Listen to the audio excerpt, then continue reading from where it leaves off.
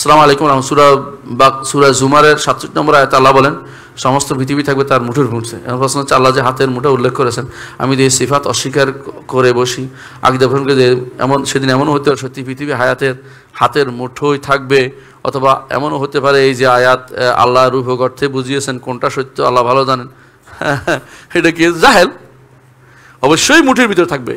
আল্লাহর জন্য মুঠি সাব্যস্ত করতে হবে। আল্লাহর কবজা রয়েছে, আল্লাহর কি আছে? কবজা রয়েছে। ইয়াকবুদুল্লাহ, আল্লাহর মুঠির ভিতরে সব নিবেন, হাদিস আছে। এবং আল্লাহ তাআলা হাত আছে, হাতের উপরে ডান হাতের মধ্যে কি রাখবেন? হ্যাঁ, আসমান সমূহ ডান হাতে ভাঁজ করা থাকবে। হাতের উপরে ভাঁজ করা বুঝেন?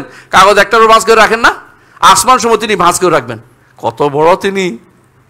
আপনার কাছে মানুষের মতো মনে হলে সমস্যা। কত বড় তিনি! সমস্ত আসমানগুলি একটার উপর একটা রাখবেন, তারপর বলবেন আনাল মালিক আইনা মুলুকুদ দুনিয়া, আমি রাজা, দুনিয়ার রাজা ধীরাজ। দুনিয়ার রাজারা কোথায়? আমি হচ্ছি সমস্ত রাজাদের রাজা। আইনা মুল, এই জন্য মালিকুল আমলাক একমাত্র রব্বুল আলামিনের জন্য শোভা পায়, আর কেউ হইতে পারে না। কেউ যদি মুঠি সাব্যস্ত না করে সেই ব্যক্তি পথভ্রষ্ট। সেই ব্যক্তি প্রথমে পথভ্রষ্ট। আল্লাহর মুষ্টি অস্বীকার করলে কাফের হয়ে যাবে, কারণ কোরআন হাদিসে এটা সাব্যস্ত হয়েছে। সে কোরআন সাব্যস্ত হয়েছে। আল্লাহ বলছে কবদাতুহু, কোরআন দিয়ে সাব্যস্ত হয়েছে। কবদা পার্থক্য বুঝেন কিনা? কবজা বুঝেন? আল্লাহর কবজা বুঝছেন তো? এটা বলে নাই আমি, এটা ওরা কি করে, সালাকি করে, কয় যে রু হরণ করা তো বলেছে ইয়াকবুদুল্লাহ, রু আল্লাহ রু হরণ করে, রু হরণ করা ইয়াকবেদ ফেল দিয়ে, আর কবজা হচ্ছে এসএম নাম কোনোদিন বদলায় ফেল হয়ে যায় না। ওরা এটা দিয়ে একটা উল্টাটা করতেছে। আল্লাহ তাআলা বলছে তার মুষ্টি হবে, অর্থাৎ মুষ্টির ভিতরে থাকবে। এই নয় যে হ্যাঁ তার অধীন হবে, যেটা তারা অনুবাদ করতেছে। কারণ কবজা বলে নাই যে ইয়াকুন তাহতা কবদাতি বলে নাই, হ্যাঁ বলছে কবজাতুহু, এক মুষ্টির ভিতরে থাকবে।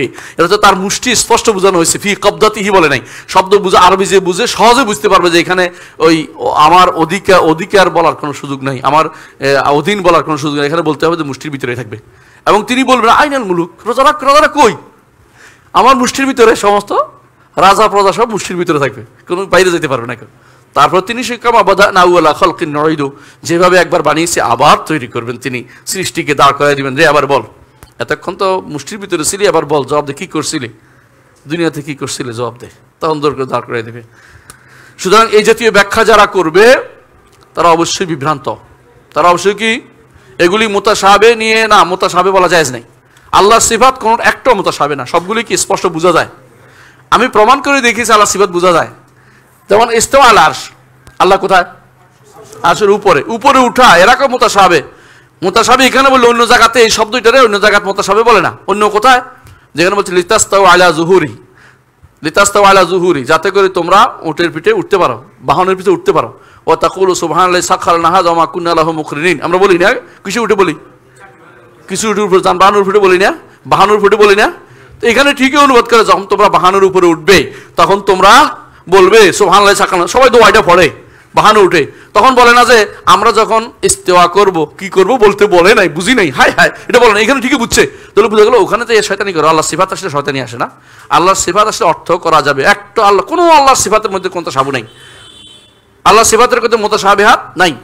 আল্লাহর সিফাতের মুতাশাবিহাত ষষ্ঠ হিজরি পর্যন্ত কোনো ব্যক্তি আল্লাহর সিফাতকে মুতাশাবিহ বলে নাই। ষষ্ঠ হিজরি পর্যন্ত। ষষ্ঠ হিজরির পরে কিছু না বেতা যোগাইছে, এরা আল্লাহ সিফাতকে মুতাশাবিহ বলেছে। এরা পর্যন্ত কেউ মুতাশাবিহ বলে নাই। আল্লাহ সিফাতকে যারা মুতাশাবিহ তারা পথভ্রষ্ট। হ্যাঁ, একটা জিনিস হতে পারে, এটা কি? ধরনটা জানি না। ধরন জানার দরকার নেই, অনেক কিছু ধরন জানি না।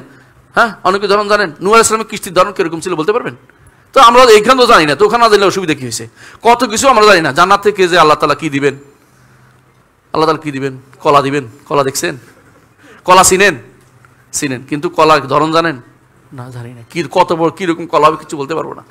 ধরন না দিলে কোনো সমস্যা নেই। সুতরাং এটা দিয়ে মুতাশাবিহ করার দরকার নেই। বলো এটা কি?